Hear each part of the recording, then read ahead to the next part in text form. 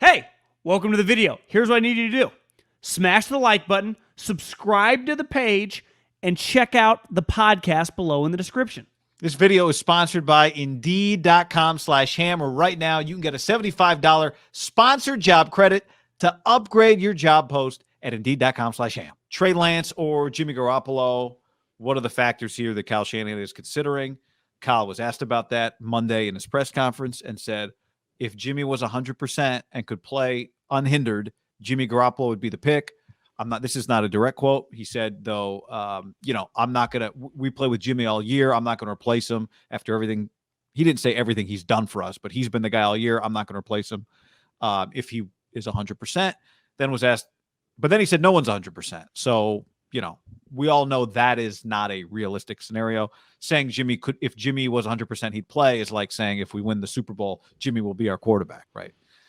That was not me saying "our" in my voice, but in Jed's voice. So, do you think Jimmy Garoppolo is going to be the quarterback again this week against the Rams? I do not, because I don't think he can grip a football. And I think football, probably most of all the sports, guys consistently play through injuries. But to me, there's a big difference of playing through a sore shoulder at any position, right? A broken rib. We've seen basically every injury under the sun guys have played through. Hamstrings, broken bones. If you can't grip the football and you are a quarterback, you can't play football. His position is predicated on him holding the football on every snap. As every quarterback would say, part of the reason, so much pressure on us, we touch the ball every snap. It's like a pitcher and a catcher, right? There are just things like if you can't grip a bat as a hitter, you can't play. You can't take an AB. There are just certain things that you're like, it's just pretty basic human anatomy.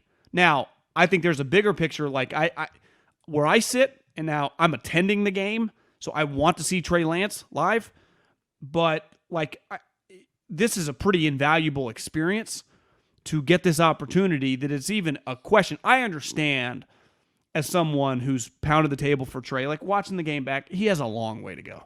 He is a very raw product. And, you've beat this team with Garoppolo, hell, with CJ and Nick Mullins. This would be a tough scenario because a little closer to Arizona than the team they just played a couple days ago. I noticed last week, Von Miller's kind of flying around a little bit better now. Aaron's looks pretty, they have a legitimate pass rush. They have guys that can at any moment get multiple sacks in a game. And that's a lot to ask the guy, the pressure. Though I think it's easier to start him. This is a non-one-off situation, right? He can build on last week. He got to do the Monday film study with the guys, put the game to bed, as the quarterbacks always say, move on. It is an easier transition that he has. I know it's Division I AA, but he's been a starter before. But it is, I would go with Trey. Partly just, I think they don't have a choice. But I'll be the first to acknowledge, I would temper our expectations in this situation for the young guy. This is not an easy scenario. Because number one, first and foremost, whether it was Jimmy or Trey, has there ever been an easier situation? Maybe Kirby. Because Kirby can get in front of his team this week and go, these fucking guys have beat us 5 straight times. We've never beat them. Sean McVay can get in front of his guys. Cooper Kupp, Aaron Donald, even Vaughn, you're new. These guys have been kicking the shit out of us now since back when Corona was a beer. So, hey guys, we need to beat these guys. And not only do we need to beat these guys, it's a double whammy. We're playing to win the division. And if they win the division, you and I did a little math, they will be the number 1 seed. If they win, the number 2 seed, which means they get multiple home games. So they win this game. They have a lot on the line. They win the division, which is always a big deal in the NFL. You take a lot of pride in it. It's not quite, I would say, baseball, but it is. You watch these coaches after they win the division. It's a big fucking deal. You win the division and you go, well, we got to play Green Bay, but at least we get 2 home games. Someone has to beat us in the first round, and someone has to beat us in the second round at home. We don't have to travel. I would say the Rams, the opponent, the motivation's easy, regardless who the quarterback is, but most important, what they have ahead of them, right? They're like, we get to control our destiny till Lambeau, the NFC Championship. Yeah. I think they've got a lot to play for. And the other thing they've got is, I think if I'm Sean McVay, specifically talking to Matthew Stafford, I'm going, Matthew, We got to get this thing right before the playoffs start. We've gotten away with it for the last 3 weeks, throwing picks. But we got to get this thing figured out, kind of get on track here before the playoffs start. Fumbles too. He's fumbles. Fumbles too. Now they're home, but this is the kind of team if I'm him, I'm saying to him like, hey, against this secondary, you got to get right against this group, right? So that would be the other priority, I think. Like Stafford's got something to play for as well. Now that said, they've beat him 5 in a row. They've beat him 5 in a row through a variety of different personnel groups and quarterbacks, and they've beat him 5 in a row. Like that's not nothing. But I think as it relates to Trey or Jimmy, there were things that happened in the game last week. You and I have both watched the game again, the Texans-Niner game. And you see why in some plays Kyle would want to go with Garoppolo and why he drafted Trey Lance combined in the same play, right? Like when Trey Lance rolls out, and you and I talked about this on Sunday, but when there was one play where he rolls out, he's got Kittle in the flat, doesn't throw it to him, hesitates, then ends up like back foot, defender in his face, throwing around the guy, downfield to Trent Sherfield at the sideline, bam. It was my favorite throw of the day against the Texans. That's everything in one play. It's why didn't he throw it where he was supposed to throw it? Oh, my God, look at that throw he made. Same thing on their own goal line, right? Drop back, double slants on the left, doesn't throw it to Kittle. I think it might have been Ayuk, maybe Debo on the other side, whoever it was. Instead, scrambles, ends up scrambling on his own goal line. Oh, my God, what is he doing? Boom, hits Ayuk coming across the field for a first down. So in one play, we're seeing what he brings that Jimmy doesn't bring and why he might scare you a little bit as a coach. And I think right now, given the circumstances, Kyle's fallback would probably be just give me the guy that'll do what I tell him to do, and then we can deal with developing a quarterback later. But I don't think he's going to have that choice this week. I don't know if it might have been my favorite throw just because Jimmy doesn't have the capability of doing this. Toward the end of the first half, they took a shot to Ayuk on a go route, and when he let it rip, and it probably flew 35, 40 yards in the air, I'm like, I don't even think he stepped into that. Is he gonna throw a pick? And the ball just kept climbing. It was fucking easy. And it hit Ayuk. Now, it would have been an impossible catch. Even Archuleta was like, that would have been an insane catch. It wasn't really a catchable ball given like kind of how close he was covered. Yeah. But the only person that could touch it was Ayuk. And the ease in which he threw the go route, let's face it, the Niners do not run go routes. In a league that is full of go routes, like every team has them. I see him every time the Niners play. The Raiders run them just to get from pass the other interferences. That pass is like, you can open up the offense. Because guess what happens when you can push go routes? You can run the ball easier because they have to put the safeties back there. There was a play last night when Ben, it was like, RPO or something, and he got rid of the ball, and then he went like this. And Peyton Manning was like, I think he's mad because he should have handed the ball off. Look where the safeties are. Because when you play even though he's more of a dink and dunk quarterback, all their wide receivers in Pittsburgh are flying, right? Well, look at Debo and Ayuk. They can run. So you start being able to do that. That's where, to me, if they're going to win this game with Trey, which is going to be very difficult, you have to take some deep shots. And not just, they run, the play might change a little bit, but they do the touchdown play they threw to Debo. They run plays in that family, right? Long play action stuff that with Jimmy, and then the routes change, but the concepts don't. Play action, you go, they all bite because the run game's working. You're fucking back there eating a hot dog going, who do I want to throw? Now, the difference with Trey is you can move those routes deeper down the field. And I think Trey said in his press conference, we ran a similar concept like that, I think in the preseason game or maybe the Seattle game, that they hit a touchdown. Remember the guy was wide open in the corner, but it was a similar type thing. You can also just run 3 to 5 step drops if you get man-to-man coverage. And part of this goes back to Kyle going, if he's not sure of the coverage, he's not going to call the play. So once he gets more, and it probably won't happen this week, but like with Trey big picture, once you get more comfortable, like I know we're in man. And that's where all the great coaches are. And that's where Kyle is with Jimmy. The problem is Jimmy just can't execute the deep passes. Trey, take these shots. I mean, I would say his best attribute right now of his raw self is just the power in that thing. And it is like rewatching it, it's just like, God, this guy has a much more powerful arm than Jimmy. I think sometimes Jimmy's arm looks more powerful because of how fast he gets rid of the ball. I don't think the ball is relatively, like, compared to the top passers, as powerful as the Staffords, the Kylers, the Treys, the power arm guys. Yeah. Josh Allen's, Mahomes. I think Jimmy's quick release is, for any quarterback getting rid of the ball quickly. But there's release times, and then there's how quickly does it get from A to B, right? So, in other words, Garoppolo could get the ball out quicker than Trey, but the velocity's faster, so it gets to the end result in the same time. And I give Garoppolo a lot of credit, and I said it on the last podcast. I don't know exactly the story behind, Tom Brady went to Tom House, and I don't know did he go to Tom as well? But his release, I think he maximizes what he has physically. Jimmy does. To his credit, because he's clearly he clearly has mechanics that have been heavily worked on. And he's been coached by some pretty highly paid offensive minds and just coaches. I do think, and I was maybe, I don't know if you have an opinion on this after watching it a second time, or people listening or watching this have a take. I could be just kind of imagining this because we talked about it so much in the first after the Arizona game. How quickly was his release any shorter, or was his motion any shorter against the Texans than it was against Arizona?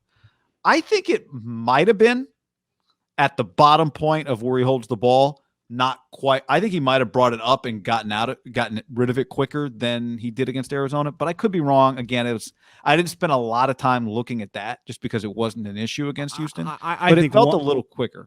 I watched today. Like, if you really pay attention, it's still a little elongated. I think he was just much more decisive in his decision. When he saw it, he let it rip. And I think part of it is you can nitpick Josh Allen a little longer, but when Josh sees it, he goes. And I think that's just you just go. You're never going to have Marino, Jimmy, even Derek just whoop, whoop, right? It's just, that's how he gets his torque. But you watch Josh Allen, he gets his torque, but it goes, so it's about part of the worst guy ever, right? And this is why he was such a polarizing guy coming out of college, was Tim Tebow. And people like the number one thing with Tebow was like the release was too long. And then you watched him like when he was, who drafted him? Oh, the Broncos. It was just, it took in the so first long. round, you might recall. It just took so long. In the first round? It not only took so long, his arm then wasn't that powerful. So it's a double whammy. Or accurate. It was just none of his. It was really the trifecta. Yeah. Slow, inaccurate, weak. Yeah, it's bad. There is an aspect to him, I wonder, with Trey. What Kyle said early in the year about how, when Trey Lance is in the game, he doesn't quite know how to call offense for him. It's a challenge, right? Because the defense doesn't know what he's seeing. It's different than the defense that they played against Jimmy Garoppolo. I do wonder if they can win this week, or if the Saints lose. But ideally, if they win this week and then head into the playoffs, is there a little pocket that you get, and you get this at the beginning of a player's career before the defense has seen a lot of them, where you can take advantage of what is difficult for you is also difficult for them? I would say, and this is the one kind of knock so far in his early career for being an athlete, I think people probably assumed he was a little more explosive of an athlete. So part of, I think, the reason you take advantage, I remember early Kyler or Lamar, it was like, holy shit, this guy at any moment, it's like, take off, bro, go. That's not really, like, for him to win, he's kind of got to throw. Now, he occasionally can, like, keep plays alive and run for, I would say under 15 yards.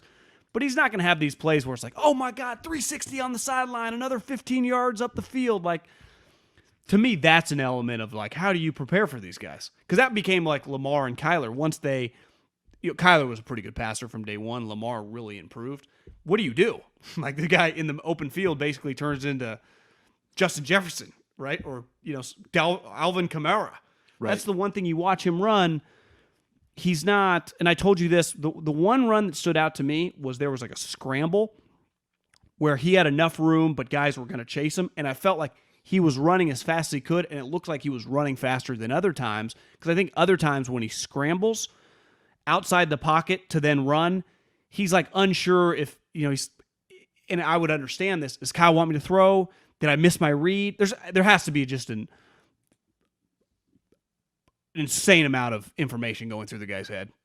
I don't want to run, but should I run? Is it there? Like, what was I supposed to do? Did I see the right defense? Fuck, they're actually in zone. That means I can run here. It's just a lot. I think Jalen Hurts a couple weeks ago, I retweeted it, just gave this. They asked him about a specific play, and he gave this like minute soliloquy of how they'd coached it in practice, what he had been taught his entire life against the coverage, and then the coverage. He's like, I don't know if they blew the coverage or they just ran the coverage a different way than we'd ever saw, and the guy was in the flat and the zone dropper. It was like, you have to be so intelligent to just have a shot. And then you have to have years to kind of let it all matriculate in your head. Do you notice two takes on that? I think it's a good point, like why some young quarterbacks get a fast start. I was texting with Jeff Schwartz because I saw somebody tweet something about the Bucs game. Like, look at these two guys. They don't know who the center is. And I was like, Jeff, what's going on here? He's like, no, they know who the center is. Sue's just lined up in the wrong gap. That's the problem they're having. And whoever the other defensive player was trying to tell him you're in the wrong gap. Usually former players, when you ask them something, will go, well, I don't know what they're coached to do. Like, they get that there's a million different things that could be happening. People who didn't play are always like, I can't believe they did that thing. Idiots. Former players like, I'm not exactly sure what they're supposed to do here because the game is so complicated. And I think that's what's cool about football is your average, most people who know about football can know quite a bit. And there's still like 7 other layers to what's going on the field at any given time.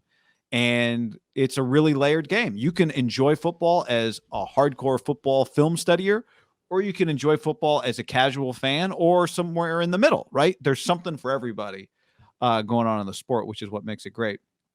To your point on him running the ball, having watched again several times early in the game, I think the play that I attached to the most to say I think he's still a little bit unsure running the ball, it was a decision he had to make, either to give, I think it was Elijah Mitchell on a 4th and short, or to pull and try to run what he ended up doing, run left to try to get to the stick, which is what he did. He pulled it. And there's is that when Eric Reed's brother tackled him in the open field? Yep. And there was a lot of discussion about should he have pulled it or should he have given it? And my issue, I think the more I watched it, was not should he have pulled or given. My issue was if he just runs straight hard to the sideline, he gets the first down, but he kind of wasn't sure what to do. And I think with Trey Lance, the things that he's sometimes unsure to do in the run game, he's actually pretty sure of himself, I think, at times in the pass game. Now, he's thrown a couple interceptions, 2, in fact, that he did the wrong thing, especially this last week against the Texans. Kyle Shanahan said he should have checked it down or thrown it away. But I think the 2 picks that he's thrown are kind of representative of how confident he is throwing the football at times and how much confidence he has in his arm, because he's made some pretty, and I'm going to use this word, arrogant throws for 2 picks. His pick against Arizona, you're right, remember, was like he rolls out, he's on the run. He tries to, I think he was trying to get it to, was it Travis Benjamin or Ayuk? He tries to like layer it over 2 guys into a hole on the sideline while he's moving. And the pick he had against the Texans was a ridiculous. I mean, there was no window to try and get the ball to Kittle, and he still tried to do it. And I do think these are things that would lead to fast lessons if he were playing every day. And it's why I think that if Trey, unless I'm kind of moving on to the next discussion. If Trey, I want to end it on this one really quick. Okay. I think part of it and the experience part about coming from a smaller school, there's a cocky, like a guy that's being talked about, like kind of a cocky asshole in a good way, is Burrow. Well, if you think about Joe Burrow, he went to Ohio State, had to think in the back of his mind, like, I can't believe they went with Dwayne Haskins over me. And then Dwayne Haskins ended up getting drafted in the first round. But in Joe Burrow's mind, like, I'm better than this guy. And remember, he hurt his thumb or whatever. Then goes to LSU. They're playing all the SEC, which no one can even argue now is by far the best conference. Also, the side they play on is by far the best division in all of college football. He eviscerated them. So when he got here, now he doesn't play like Trey Lance, but his confidence level when he stepped on the field, like, okay, let's roll. I just need some more talent around him. By his second year, he's got talent around him. He's just playing like he played at LSU. The play you're talking about where Reed gets him, Cam Newton's a good example. When he got into the NFL, even year 1, his cockiness as a runner was like, well, I've been running over dudes at Alabama and LSU the last year. I did that. My year at Florida, I was trucking dudes when I was a scout team quarterback. he's secure in his cockiness. Like, I'm not, like, part of being a quarterback, you got to have a little cockiness. And I think Trey is figuring it out because that play is like, I wonder if he thought, like, could I kind of truck this guy? I'm bigger than, I think Justin Reed's his name, Stanford. Yep. Could I get this guy? Or am I fast enough to get to the corner? Well, he's not like just secure enough in just his own ability to pick a lane. And then he kind of half-assed it. And then Justin Reed's been playing in the NFL now for several years, fucking destroyed him. That guy, I left that game thinking, like, I kind of like Reed. Like, he's more athletic than his brother. Like, he's a more fluid athlete, but he's a hitter.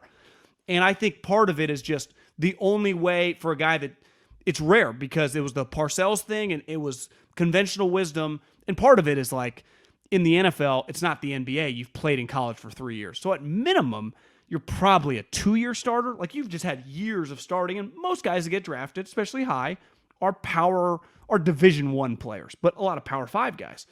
This guy is just, there's a big jump. Like anyone that's listening to this that have skied, there's a big difference between the bunny hills and like the double black diamonds. But once you get good at skiing, if you've done some double black diamonds, they're not as intimidating. And I'm not even talking about like whether he's got to work on accuracy and just basic things, but there is just like, I am faster than this guy. Like when Lamar plays, I noticed it in Tyler Huntley watching the Rams against the Ravens. Like Tyler Huntley's a cocky player in a good way. Like when he runs, he's like, I'm going to beat this guy. Well, he's been doing it for like 3 or 4 years now. Started forever at Utah. They were beating the crap out of people. Now he makes the Ravens, and then they keep pumping him up. Then he has some success. They're like, bro, run.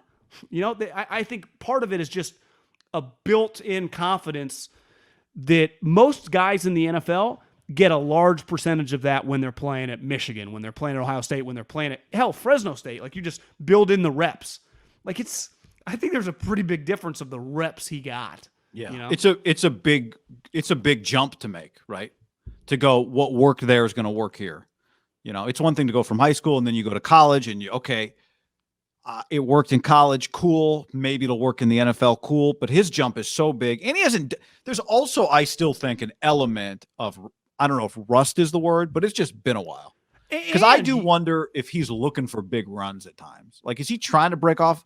Because we watched his college tape. He had several big runs in college. He hasn't really had that run yet in the NFL. And I think, having never done it, the number one thing, if you did the hypothetical that everyone always says, if I gave you the football and said there's going to be a hole, could you pick up a yard in the NFL?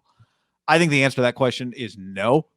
But the one thing I do know is this: if you don't choose immediately which hole to hit, you have no chance. If you don't make a decision right away, if you're ever caught between cut and sprint, you're going to get blown up. Do you think you could get out of bounds on the toss play? Just get to the out of bounds? I don't think I could. Even if I ran straight out of bounds. You couldn't. No one, most people couldn't. No chance. Yeah. No chance.